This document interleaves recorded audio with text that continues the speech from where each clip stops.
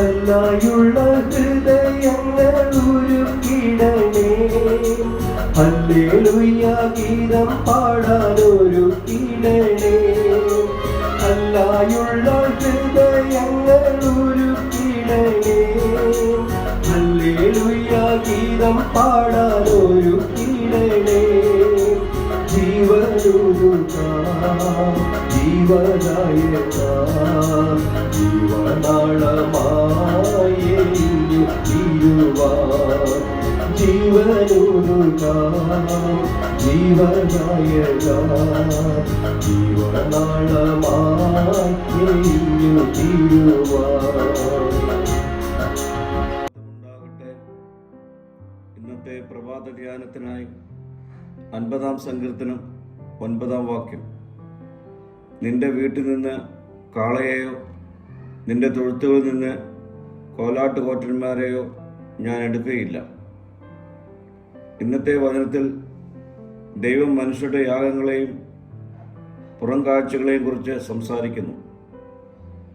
Israel ജനം ദൈവത്തിന് യാഗങ്ങൾ അർപ്പിച്ചിരുന്നവരായെങ്കിലും അവരുടെ ഹൃദയം ദൈവത്തിൽ നിന്ന് അകന്നു പോയിരുന്നു. അതിനാൽ ദൈവം പറയുന്നത്, എനിക്ക് നിന്റെ കാളകളെയോ ആടുകളെയോ ആവശ്യമില്ല, എല്ലാം എൻ്റേതാണ്. ദൈവത്തിന് നമ്മുടെ വസ്തുക്കളേക്കാൾ നമ്മുടെ ഹൃദയമാണ് പ്രധാനം. ദൈവം വഴിപാടുകളിൽ യാഗങ്ങളിൽ മാത്രം നോക്കുന്നവനല്ല. സത്യസന്ധമായ ഹൃദയവും അനുസരണയുള്ളവരെയുമാണ് അവൻ ആഗ്രഹിക്കുന്നത്. നമ്മുടെ ജീവിതത്തിൽ എല്ലാം ദൈവം തന്നതാണ്. നാം ദൈവത്തിൽ നിന്ന് ലഭിച്ചവയിൽ നിന്നാണ് ദൈവത്തിന് നൽകുന്നത്. അതുകൊണ്ട് അവൻ നമുക്ക് തന്നതാണ് ഇതെല്ലാം എന്നുള്ള ബോധ്യതയോടെ, അഭിമാനത്തോടെയല്ല, നന്ദിയോടെ ദൈവത്തിന് നൽകുന്നവരായി നാം രൂപപ്പെടണം. ആരാധന വെറും ആചാരങ്ങൾ മാത്രമല്ല. ആരാധനയിൽ സംബന്ധിക്കുകയും വഴിപാട് നൽകുന്നതും മാത്രം പോരാ. നമ്മുടെ ജീവിതം ദൈവത്തിന് പ്രസാദകരമായിരിക്കേണ്ടതാണ്. കൃതജ്ഞതയാണ് യഥാർത്ഥ യാഗം. ഈ സങ്കീർത്തനത്തിൽ ദൈവം നമ്മിൽ നിന്ന് ആഗ്രഹിക്കുന്നത് നന്ദിയും വിശ്വാസമുള്ള ജീവിതവുമാണ്.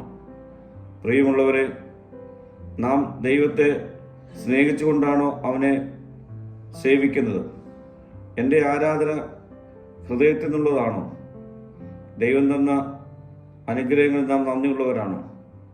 ഈ ചോദ്യങ്ങൾ നമ്മുടെ അനുദിന ജീവിതത്തിൽ നമ്മെ പുതുക്കുന്ന അനുഭവങ്ങളായി രൂപപ്പെടണം. പ്രാർത്ഥിക്കാം. കർത്താവേ, എൻ്റെ ജീവിതം നിനക്ക് പ്രസാദകരമായ യാഗമായി തീർക്കണമേ. മഹത്വം നീ എടുക്കണം. യേശുവിൻ്റെ നാമത്തിൽ തന്നെ. ആമീൻ.